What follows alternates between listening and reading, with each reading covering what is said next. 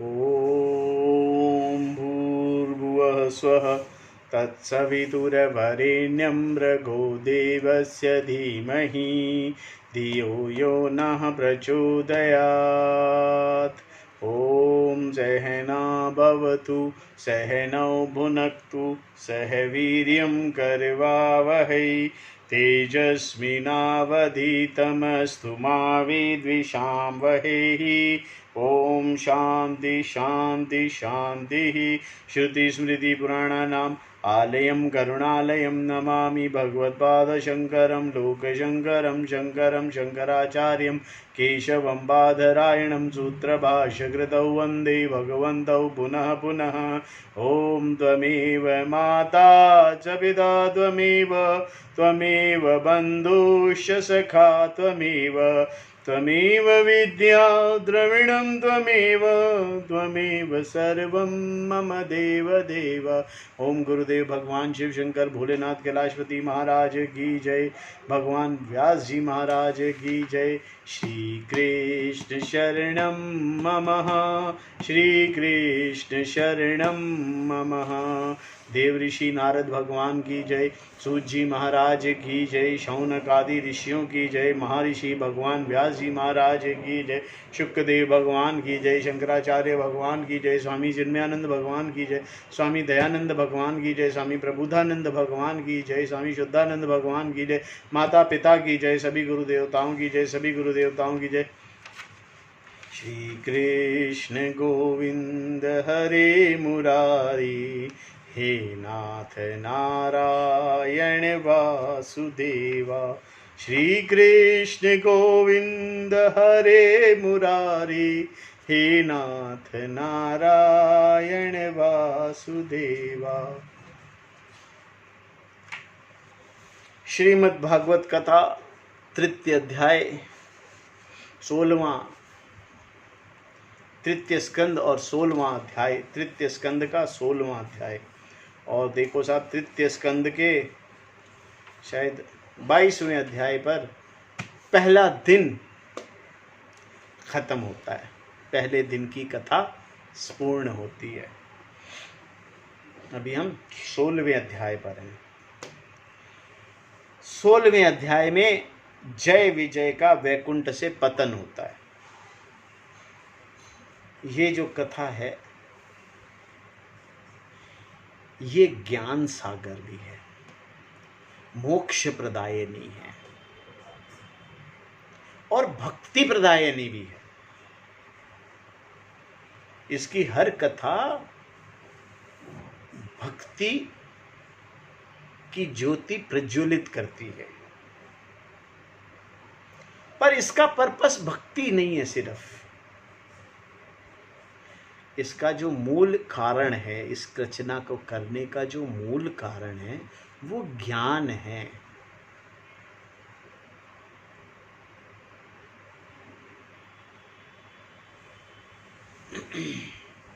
भक्ति तो करनी ही करनी है। भक्ति से अंतःकरण शुद्धि होती है। भक्ति से विवेक जागृत होता है। जब विवेक जागृत होता है तो मनुष्य ज्ञान की जिज्ञासा करता है। और ज्ञान पाने के बहुत से रास्ते हैं, जिसमें से एक आसान रास्ता ये है। पर असली में तो वेदांत शास्त्र पढ़ने ही पड़ेंगे। उन शास्त्रों का अध्ययन करने से ही ज्ञान की प्राप्ति होगी। उपनिषद पढ़ने ही पड़ेंगे। छांदोग्य उपनिषद पढ़ना पड़ेगा। ईशावास्यम पढ़ना पड़ेगा। और सब पढ़ने के बाद ब्रह्म सूत्र भी पढ़ने पड़ेंगे।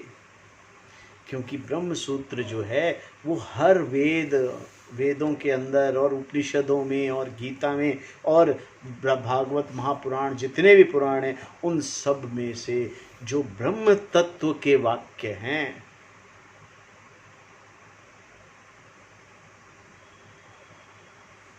जो ब्रह्म तत्व के वाक्य हैं, जो वाक्य ज्ञान के हैं,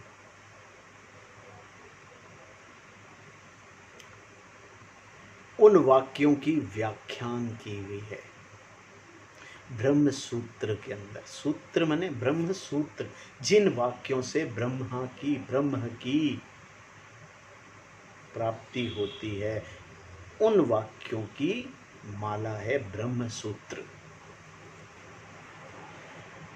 तो आज आपको एक छोटी सी बात बताते हैं कि ज्ञान प्राप्त करने का जो मेन रास्ता है वो है शास्त्र, वेदांत।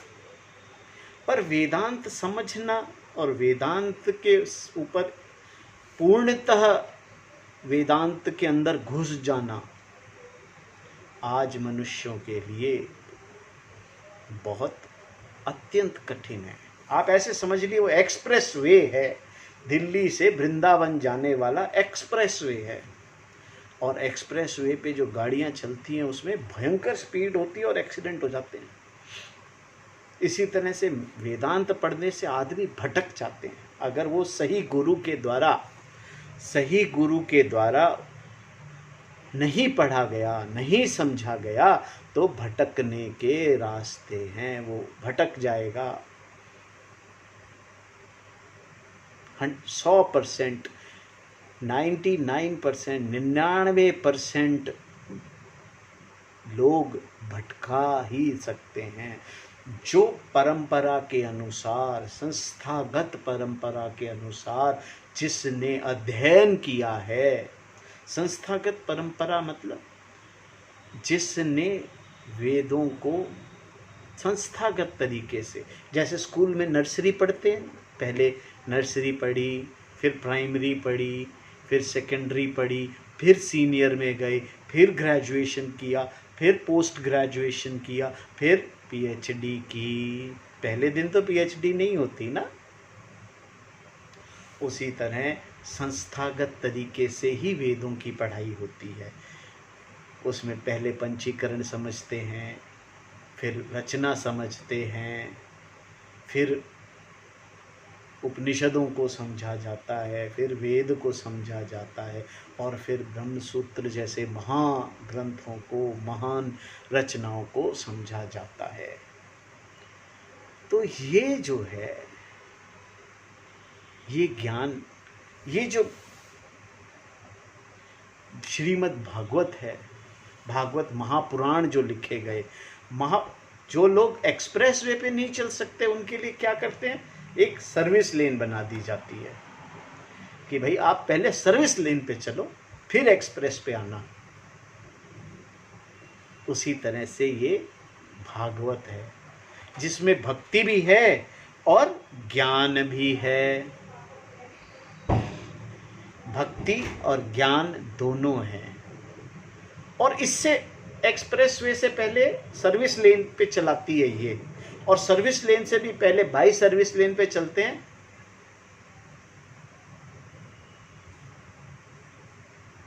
भक्ति के द्वारा। संपूर्ण भक्ति, सिर्फ भक्ति की जाती है। भक्ति करते करते करते आपको धीरे धीरे लाते हैं सर्विस लेन पे, और इस सर्विस लेन से धीरे धीरे धीरे धीरे ले जाते हैं एक्सप्रेस वे पे, और एक्सप्रेस वे पे तो फिर ब्रह्म प्राप्ति निश्चित है। पर उसके लिए निश्चित है जिसका ड्राइवर, जिस गाड़ी का ड्राइवर पूर्णतः शिक्षित हो, जिसको कार चलाने के सारे नियम और कानून पता हो। देखिए, गाड़ी चलाने में सिर्फ गाड़ी चलाना ही नहीं है, सड़क पर चलने के नियम और कानून भी होते हैं। उन नियमों और कानूनों को पालन करना। अगर नियम कानून पालन नहीं करेंगे तो एक्सप्रेस वे पे चलते चलते चलते चलते अलीगढ़ की तरफ घूम जाएंगे, पता ही नहीं चलेगा, क्योंकि वो बोर्ड लगे हुए, वो ध्यान ही नहीं दिया ड्राइवर साहब ने। इसी तरह से वेदांत में अगर गुरु से, जो संस्थागत तरीके से, संस्थागत परंपरा के तहत जिस गुरु ने ज्ञान प्राप्त नहीं किया है, वो आपको वृंदावन नहीं पहुंचा पाएगा।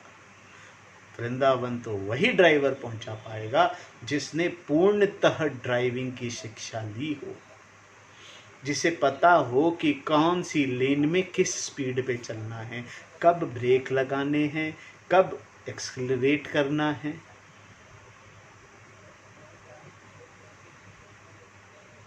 तो संस्थागत परंपरा के तहत ज्ञान प्राप्त करे हुए और ये ज्ञान कोई जरूरी नहीं है कि एक ही जन्म में आए, और उस गुरु का आवरण का से कोई लेना देना नहीं है। संस्थागत परंपरा से पढ़ा हुआ मनुष्य किस आवरण में होगा कोई पता नहीं है। ये तो आपको अपनी विवेक बुद्धि से, इसीलिए कहा जाता है भक्ति कीजिए, भक्ति करेंगे तो आपको कर्म योग होगा, कर्म योग होगा तो विवेक बुद्धि होगी, विवेक बुद्धि होने से आप पहचान पाएंगे कि ये जो बात कही गई है ये सही है, ये धर्मानुसार है। आप उसी ड्राइवर को रखेंगे अपनी गाड़ी चलाने के लिए, फिर वो आपको वृंदावन तक ले जाएगा। इसी प्रकार अब हम श्रीमद् भागवत के अंदर धीरे धीरे भक्ति भी करेंगे और ज्ञान भी प्राप्त करेंगे, सर्विस लेन पे चलेंगे धीरे धीरे, ताकि कहीं हम भटक ना जाएं। हम कोई ब्रह्म ज्ञानी तो हैं नहीं ना भाई, हम तो यात्रा कर रहे हैं और रोज सीख रहे हैं, हम तो सीख रहे हैं। तो 16वें अध्याय में जय और विजय का वैकुंठ से पतन होगा। कल हमने देखा था कि किस प्रकार सनकादि ऋषियों ने जय और विजय को, जो भगवान के पार्षद हैं, श्राप दे दिया। श्राप इसलिए दे दिया कि उन्होंने उन्हें रोक लिया कि भाई अंदर कहाँ जा रहे हो, क्या काम है आपको। तो सनकादिक ऋषियों ने कहा, अरे भाई तुम्हें अहंकार किस बात का है, जब अंदर बैठे प्रभु कोई अहंकार नहीं है, जब वो निराकार निरहंकार है तो तुम क्यों अहंकार कर रहे हो, हमें क्यों रोक रहे हो, हमसे क्या खतरा है। तो इस प्रकार उनको श्राप दे दिया, और श्राप उनके हित के लिए ही दिया है, उनके फायदे के लिए। जब किसी को अहंकार हो जाए तो उसे पश्चाताप की अग्नि से अपने आप को निकाल के ठीक कर लेना चाहिए। तो जय और विजय का आज वैकुंठ से पतन होगा, उसके बारे में हम पढ़ते हैं। श्री ब्रह्मा जी ने कहा, देवगण, जब योगनिष्ठ सनकादि मुनियों ने इस प्रकार स्तुति की, तब वैकुंठ निवास श्री हरि उनकी प्रशंसा करते हुए यह कहा। श्री भगवान ने कहा, मुनिगण, ये जय और विजय मेरे पार्षद हैं, इन्होंने मेरी कुछ भी परवाह न करके आपका बहुत बड़ा अपराध किया है। आप लोग भी मेरे अनुगत भक्त हैं,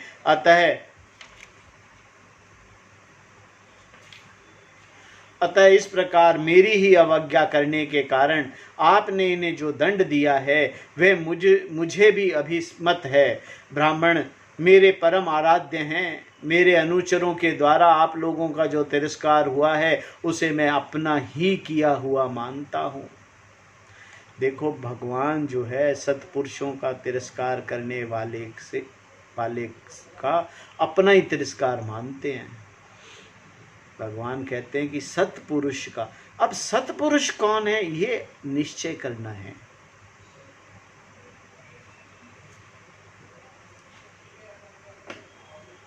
इसीलिए मैं आप लोगों की प्रसन्नता की भिक्षा मांगता हूं। सेवकों के अपराध करने पे संसार उनके स्वामी का ही नाम लेता है। यह अपयश उसकी कीर्ति इस प्रकार दूषित कर देता है जैसे त्वचा को चर्म रोग। बहुत बहुत ज्ञानपूर्ण बात है। अगर आपका सेवक कोई गलत कर्म करेगा तो उस गलत कर्म का भोगी उसका मालिक होगा, आप होंगे। अगर आपके एम्प्लॉइज कोई गलत कर्म करेंगे तो उसकी रिस्पॉन्सिबिलिटी आपकी है। मैं ऐसी कंपनियों को जानता हूँ जहाँ पर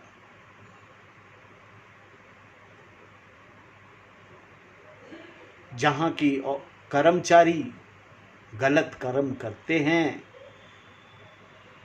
और भोग उनके मालिकों को पड़ता है। मालिक नहीं समझते इस बात को। इसी प्रकार सरकार का काम है। सरकार में भी अगर सरकारी ऑफिसर गलती करेगा तो इल्ज़ाम सरकार पर आएगा, वो उससे वंचित नहीं रह सकती। सरकार कह नहीं सकती कि ऑफिसर की गलती थी, हम क्या करें, ये कहने से नहीं चल सकता। किसी बड़े अधिकारी के ये कहने से नहीं चलेगा कि निचले के अधिकारी ने ये गलती कर दी तो इसीलिए अब हम क्या करें। ये आपकी जिम्मेदारी है कि आपके नीचे के ऑफिसर, आपके नीचे के पदाधिकारी बिल्कुल ठीक तरीके से काम करें। अगर वो ये काम ठीक तरीके से नहीं करते या किसी को परेशान करते हैं, किसी को तकलीफ देते हैं, तो ये जिम्मेदारी उच्च अधिकारी की है, मालिक की है, सरकार की है। सेवक के अपराध करने पर संसार उसके स्वामी का ही नाम लेता है। गांठ मार लीजिए, सेवक की कोई गलती नहीं होती, हमेशा गलती स्वामी की है।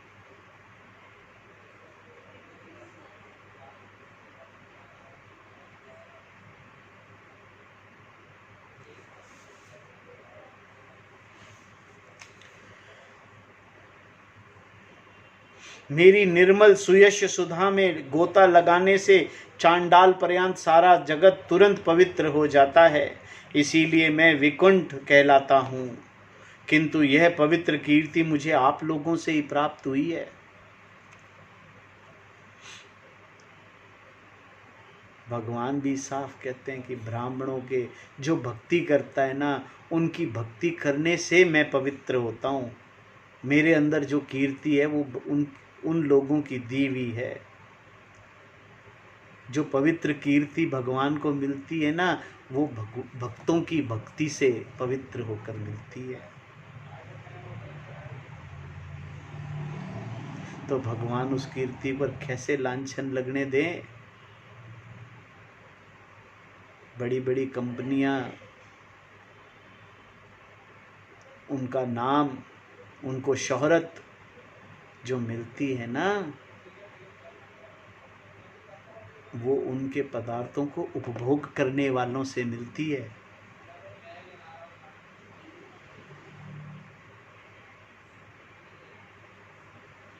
अगर वो त्रुटिपूर्ण होंगे, अगर आपके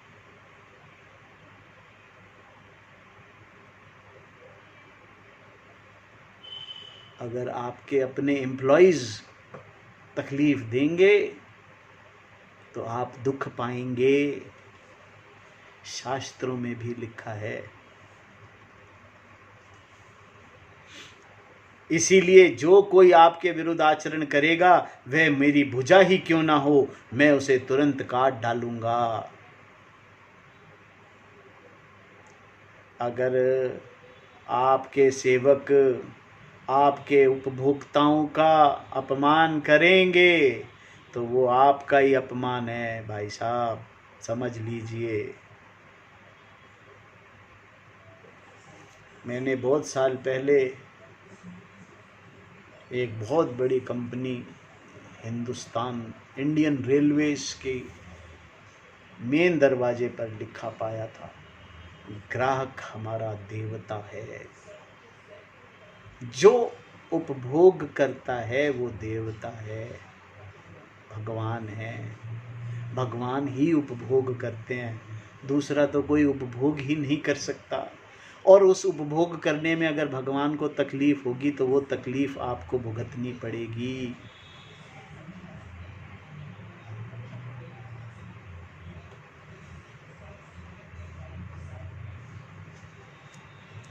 आप लोगों की सेवा करने से ही मेरी चरण रज को ऐसी पवित्रता प्राप्त हुई है कि वे सारे पापों को तत्काल नष्ट कर देती है। भगवान भी कहते हैं कि ब्राह्मणों जब सेवा करते हैं ना, उसी से ही मेरे अंदर ऐसी शक्ति है जिससे मैं लोगों के पापों को नष्ट कर देता हूँ।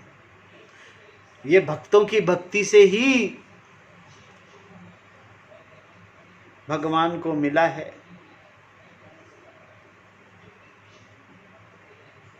और मुझे ऐसा सुंदर स्वभाव मिला है कि मेरे उदासीन रहने पर भी लक्ष्मी जी मुझे एक क्षण के लिए भी नहीं छोड़ती, और लक्ष्मी भी उसी के पास होती है जो अपने उपभोक्ताओं का ध्यान रखता है।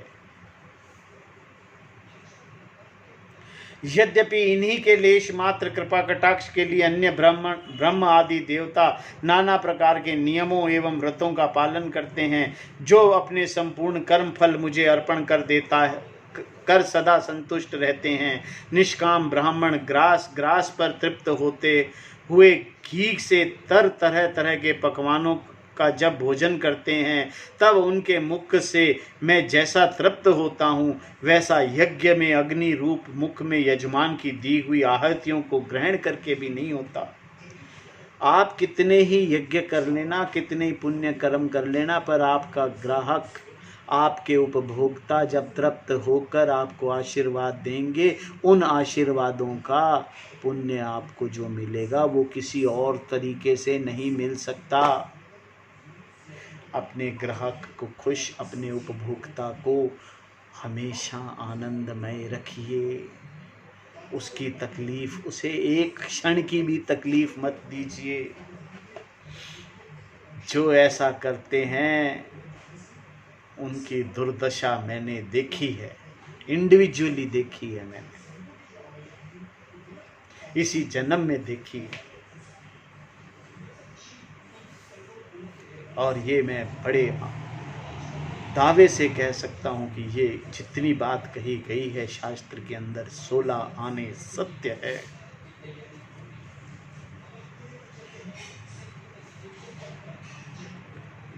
जब भक्त भगवान की भक्ति करता है ना, तो उससे भगवान को ताकत मिलती है, उसकी भक्ति से। और भक्त कब करता है भक्ति? जब वो तृप्त होता है।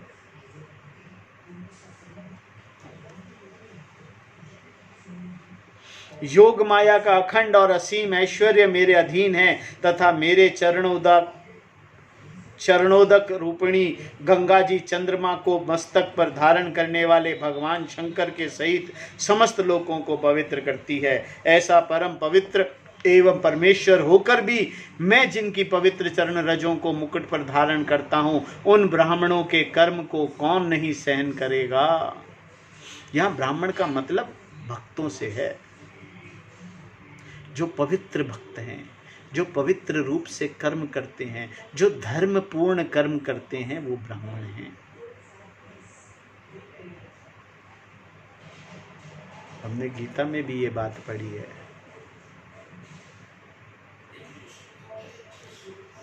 ब्राह्मण कौन है? ब्राह्मण जो ब्राह्मण कुल में उत्पन्न हुए हैं वो ब्राह्मण नहीं है।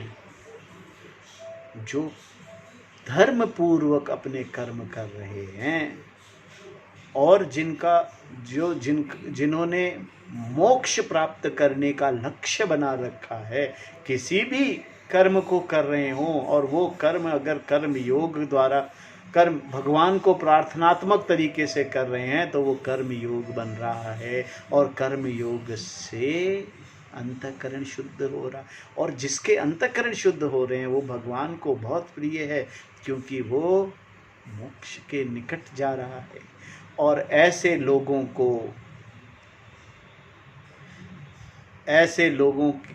को दुख पहुंचाना भगवान को बर्दाश्त नहीं है।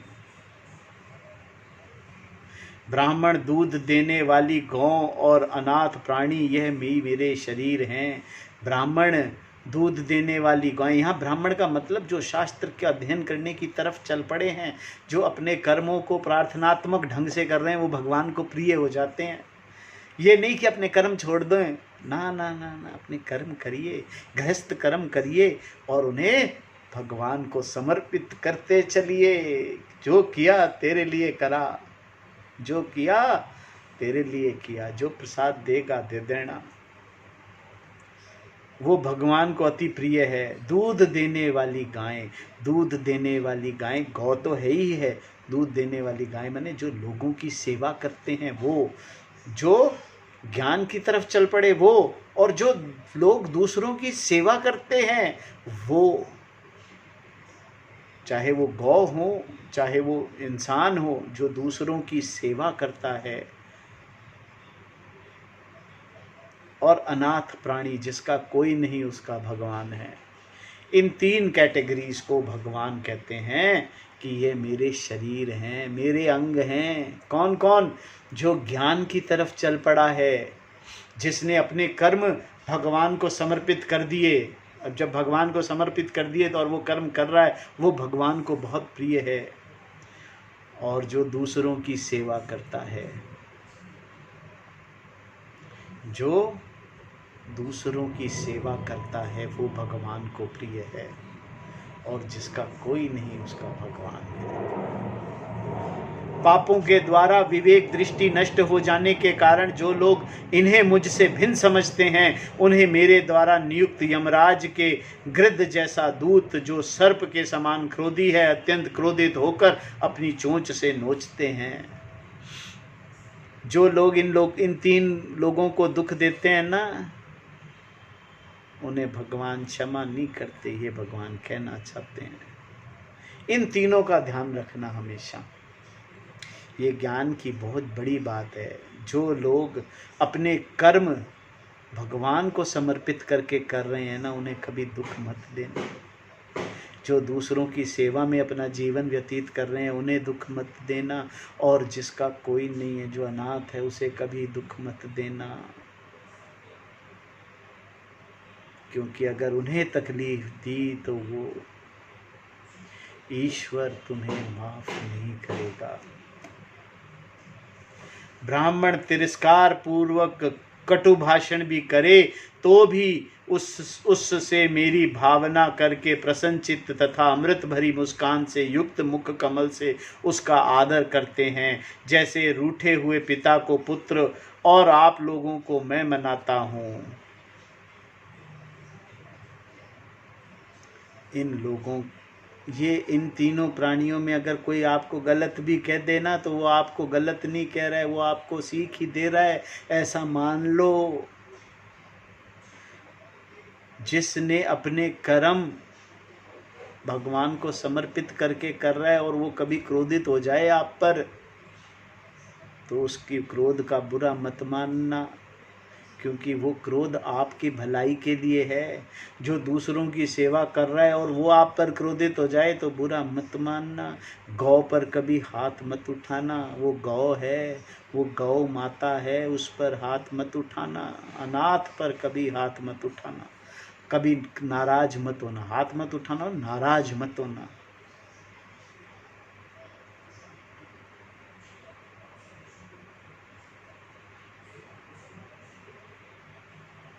उसी प्रकार जो प्रेम पूर्ण वचनों से प्रार्थना करते हुए उन्हें शांत करते हैं, वह मुझे अपने वश में कर लेते हैं। मेरे इन सेवकों ने मेरा अभिप्राय न समझकर ही आप लोगों का अपमान किया है, इसीलिए मेरे अनुरोध से आप केवल इतनी कृपा कीजिए कि इनका यह निर्वासन काल शीघ्र ही समाप्त हो जाए। यह अपने अपराध के अनुरूप अधम गति को भोग कर शीघ्र ही मेरे पास लौट आएं। वो भगवान राम सनकादिक से कहते हैं, इनका पाप जरा जल्दी नष्ट काट देना। इन्हों से गलती तो हो गई, पर ये मेरे पार्षद हैं। इसी तरह अगर आपसे गलती हो जाए ना, तुरंत क्षमा मांग लेना। ये जो लोग हैं ना, जो सत्पुरुष हैं, जो ब्राह्मण हैं, जो ब्राह्मण का मतलब जो अपने कर्म ब्रह्म के लिए करता है, वो ब्राह्मण है। जो अपने कर्म ब्रह्म जिज्ञासा के लिए करता है, वो ब्राह्मण है। जो कर्म सेवा के लिए करता है, जो कर्म दूसरों की सेवा के लिए है, वो गाय है, गौ है। इनको कभी दुख मत देना।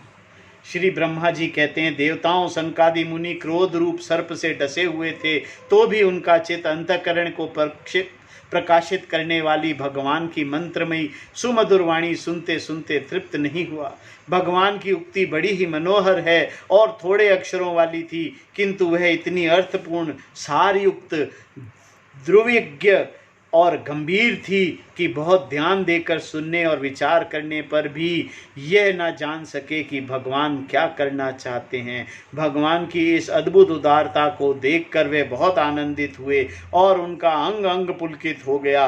फिर योग माया के प्रभाव से अपने प्रेम ऐश्वर्य का प्रभाव प्रकट करने वाले प्रभु वे हाथ जोड़कर कहने लगे, प्रभु से वे हाथ जोड़कर कहने लगे, सनकादिक ऋषि लोग क्या कहने लगे वो अब सुनेंगे।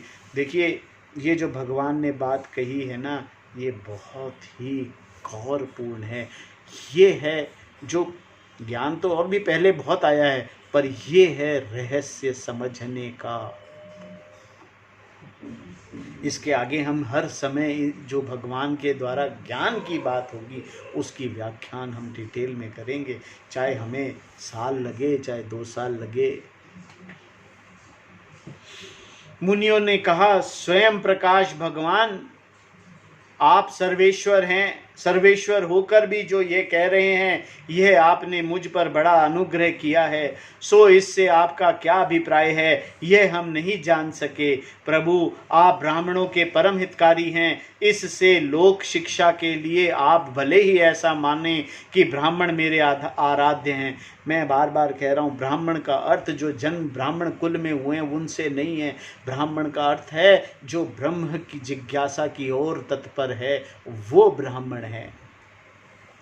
वस्तुतः तो ब्राह्मण तथा देवता के भी देवता, ब्रह्म आदि के भी आप ही आत्मा और आराध्य देव हैं। सनातन धर्म आपसे ही उत्पन्न हुआ है, आपके अवतारों के द्वारा ही समय समय पर उनकी रक्षा होती है तथा निर्विकार स्वरूप आप ही धर्म के परम गुह रहस्य, यह शास्त्रों का मत है। सनकादि जी कहते हैं, भगवान आप ये क्या कह रहे हो, आप ही तो हो संपूर्ण चराचर जगत के रचयिता और रचना, दोनों आप ही हो, अलग कहाँ हो आप, ये कैसी बातें कर रहे हो। ये ब्रह्म वाक्य की बातें हैं कि दो है ही नहीं, देखने वाला और दिखने वाला एक ही है।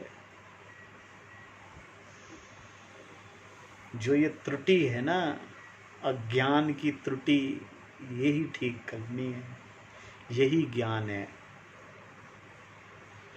आपकी कृपा से निवृत्ति प्रायण योगी जन सहज में ही मृत्यु रूप संसार सागर से पार हो जाते हैं। फिर भला दूसरा कोई आप पर क्या कृपा कर सकता है। भगवान आप हमसे ऐसी क्या बात कर रहे हो। भगवान दूसरे अर्थार्थी जन जिनके चरण रज को सर्वदा अपने मस्तक पर धारण करते हैं, वह लक्ष्मी जी निरंतर आपकी सेवा में लगी रहती हैं। सो ऐसा जान पड़ता है कि भाग्यवान भक्तजन आपके चरणों पर जो नूतन तुलसी की माला अर्पण करते हैं, उन पर गुंजार करते हुए भौरों के समान वे भी आपको पाद पन्नों को ही अपना निवास स्थान बनाना चाहती हैं, किंतु अपने पवित्र चरित्रों से निरंतर सेवा में तत्पर रहने वाली उन लक्ष्मी जी को आप विशेष आदर नहीं करते। आप तो अपने भक्तों से ही विशेष प्रेम रखते हैं। आप स्वयं ही संपूर्ण भजनीय गुणों के आश्रय हैं। क्या जहाँ तहाँ विचरते हुए ब्राह्मणों के चरणों में लगने से पवित्र हुई मार्ग की धूलि और श्रीवस्त्र का चिन्ह आपको पवित्र कर सकते हैं। क्या इनमें से आपकी शोभा बढ़ सकती है। भगवान आप साक्षात धर्म स्वरूप हैं। आप सत्यादि तीनों युगों में प्रत्यक्ष रूप से विद्यमान रहते हैं तथा ब्राह्मण और देवताओं के लिए तप, शौच और दया, आपने इन 3 चरणों में इस चराचर जगत की रक्षा की करते हैं। आप अपनी शुद्ध सत्वमयी वरदायिनी मूर्ति से हमारे धर्म विरोधी रजोगुण तमोगुण को दूर कीजिए। देव, यह ब्राह्मण कुल आपके द्वारा अवश्य रक्षणीय है। यदि साक्षात धर्म रूप होकर भी आप सुमधुर वाणी और पूजन आदि के द्वारा इस उत्तम कुल की रक्षा न करें, तो आपका निश्चित किया हुआ कल्याण मार्ग भी नष्ट हो जाए, क्योंकि लोक तो श्रेष्ठ पुरुषों के आचरण को ही प्रमाण रूप से ग्रहण करता है। ये बहुत ज्ञान की बात है कि भगवान उनकी रक्षा करते हैं जो ब्रह्म ज्ञान के रास्ते पे चल पड़े। मतलब जो अपने कर्मों को प्रार्थनात्मक ढंग से करना जिन्होंने शुरू कर दिया ना, उनकी रक्षा भगवान करना शुरू कर देता है उन्हें, क्योंकि भगवान उनके ऊपर ये कृपा करता है कि उन्हें ज्ञान प्राप्त हो और वो तत्व को समझें, वो ब्रह्म को समझें। तो भगवान जो है, अगर आप प्रार्थनात्मक तरीके से अपने कर्म करने शुरू कर देंगे तो आपकी सब कठिनाइयाँ धीरे धीरे हटती चली जाएंगी। ऐसा नहीं है कि कोई चमत्कार होने लगेगा, पर आपके कर्म ही आपके आगे आने वाले समय को ठीक करते चले जाएंगे। प्रभु आप सत्व गुण की खान हैं और सभी जीवों का कल्याण करने के लिए उत्सुक हैं। इसी से आप अपनी शक्ति रूप राजा आदि के द्वारा धर्म के शत्रुओं का संहार करते हैं, क्योंकि वेद मार्ग का उच्छेद आपकी अभिष्ट नहीं है। आप त्रिलोकी नाथ और जगत प्रतिपालक होकर भी ब्राह्मणों के प्रति इतने नर्म रहते हैं, इसमें आपके तेज की कोई हानि नहीं होती। यह तो आपकी लीला मात्र है। सर्वेश्वर, इन द्वारपालों को आप जैसा उचित समझें वैसा दंड दें अथवा पुरस्कार रूप में इनकी वृत्ति बढ़ा दें। इस निष्कपट भाव से सब प्रकार आपसे सहमत हैं, अथवा हमने आपके इन निरपराध अनुचरों को शाप दे दिया, इसके लिए उसी को उचित दंड दें। हम ही को उचित दंड दें, हमें वह भी सहर्ष स्वीकार है। सनकादि कहते हैं भगवान हमने आपके पार्षदों को शराब दे दिया, ये तो हमसे ही गलती होगी। कहाँ, हमने तो आप ही को दे दिया। पॉसिबल नहीं है समझ पाना इतना। श्री भगवान ने कहा, मुनिगण, आपने इन्हें जो शाप दिया है सच जानिए वे मेरी ही प्रेरणा से हुआ है। अब ये शीघ्र ही दैत्य योनि को प्राप्त होंगे और वहाँ क्रोधवश से बढ़ी हुई एकाग्रता के कारण सुदृढ़ योग संपन्न होकर फिर जल्दी ही मेरे पास लौट आएंगे। भगवान ब्रह्मा जी कहते हैं, तदंतर उन मुनीश्वरों ने नयनाभिराम भगवान विष्णु और उनके स्वयं प्रकाश वैकुंठ धाम के दर्शन करके प्रभु की परिक्रमा की और उन्हें प्रणाम कर तथा उनकी आज्ञा पाकर भगवान के ऐश्वर्य का वर्णन करते हुए प्रमुदित हो वहां से लौट गए। फिर भगवान ने अपने अनुचरों से कहा, जाओ, मन में किसी प्रकार का भय मत करो, तुम्हारा कल्याण होगा। मैं सब कुछ करने में समर्थ होकर भी ब्रह्म तेज को मिटाना नहीं चाहता, क्योंकि ऐसा ही मुझे अभिमत भी है। एक बार जब मैं योग निद्रा में स्थित हो गया था, तब तुमने द्वार में प्रवेश करती हुई लक्ष्मी जी को रोका था। उस समय उन्होंने क्रोध होकर पहले ही तुम्हें यह शाप दे दिया था। अब दैत्य योनि में मेरे प्रति क्रोधाकार वृत्ति रहने से तुम्हें जो एकाग्रता होगी, उससे तुम उस विप्र तिरस्कृत जनित पाप से मुक्त हो जाओगे और फिर थोड़े ही समय में मेरे पास लौट आओगे। द्वारपालों को इस प्रकार आज्ञा दे भगवान ने विमानों की श्रेणियों से सुसज्जित अपने सर्वाधिक श्री संपन्न धाम में प्रवेश किया। वह देव श्रेष्ठ जय और विजय जो ब्रह्म शाप के कारण उस अलंघनीय भगवत धाम में ही श्रीहीन हो गए तथा उनका सारा गर्व गलित हो गया। पुत्रों, फिर जब वह बैठे हुए बैकुंठ वासियों में महान हाहाकार मच गया। इस समय दिति के गर्भ में स्थित जो कश्यप जी का उग्र तेज है, उसे भगवान के उन पार्षद प्रवेरों ने ही प्रवेश किया है। उन दोनों असुरों के तेज से ही तुम सबका तेज फीका पड़ गया है। इस समय भगवान का ऐसा ही करना चाहते हैं। जो आदि पुरुष संसार की उत्पत्ति, स्थिति और लय के कारण जिनकी योग माया को बड़े बड़े योगी जन भी बड़ी कठिनता से पार कर पाते हैं, वह सत्वादि 3 गुणों की नियंता श्री हरि ही हमारा कल्याण करे। अब इस विषय में हमारे विशेष विचार करने से क्या लाभ हो सकता है। ओम तत्सत। आज की कथा को हम यहीं विराम देंगे। कल 17वें अध्याय में हिरण्यकश्यपु और हिरण्याक्ष का जन्म और हिरण्याक्ष की दिग्विजय करेंगे। ये दोनों कौन है? जय और विजय। भगवान के द्वारपाल, जिन्हें संकादि ऋषियों ने श्राप देकर राक्षस योनि भोगने के लिए भेजा है।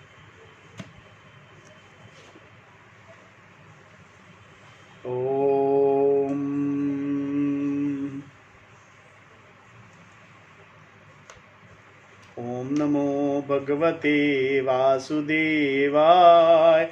ओम नमो भगवते वासुदेवाय। ओम नमो भगवते वासुदेवाय। ओम नमो भगवते वासुदेवाय। आरती अति पावन पुराण की, धर्म भक्ति विज्ञान खान की। आरती अति पावन पुराण की, धर्म भक्ति विज्ञान खान की।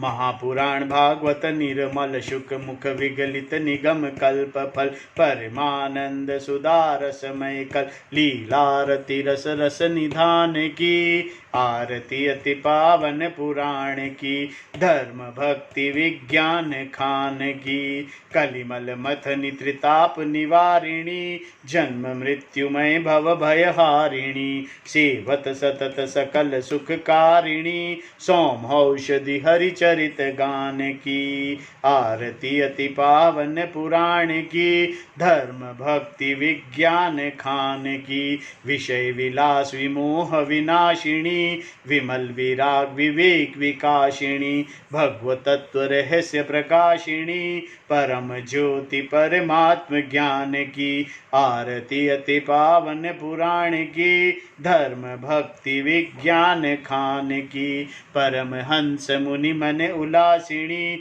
रसिक हृदय रस रास विलासिनी। भुक्ति मुक्ति रति प्रेम सुदासिनी, कथा अकिंचन प्रिय सुजान की। आरती अति पावन पुराण की, धर्म भक्ति विज्ञान खान की। आरती अति पावन पुराण की, धर्म भक्ति विज्ञान खान की। श्रीमन्नारायण नारायण नारायण, भजमन नारायण नारायण नारायण। श्रीमन्नारायण नारायण नारायण, भजमन नारायण नारायण नारायण। श्रीमन्नारायण नारायण नारायण। ओम नमो भगवते वासुदेवाय। ओम नमो भगवते वासुदेवाय। ओम पूर्णमदः पूर्णमिदं पूर्णात् पूर्णमुदच्यते, पूर्णस्य पूर्णमादाय पूर्णमेवावशिष्यते। ओम शांति शांति शांतिः। हरि ओम तत्सत्। ओम गुरुभ्यो नमः। ओम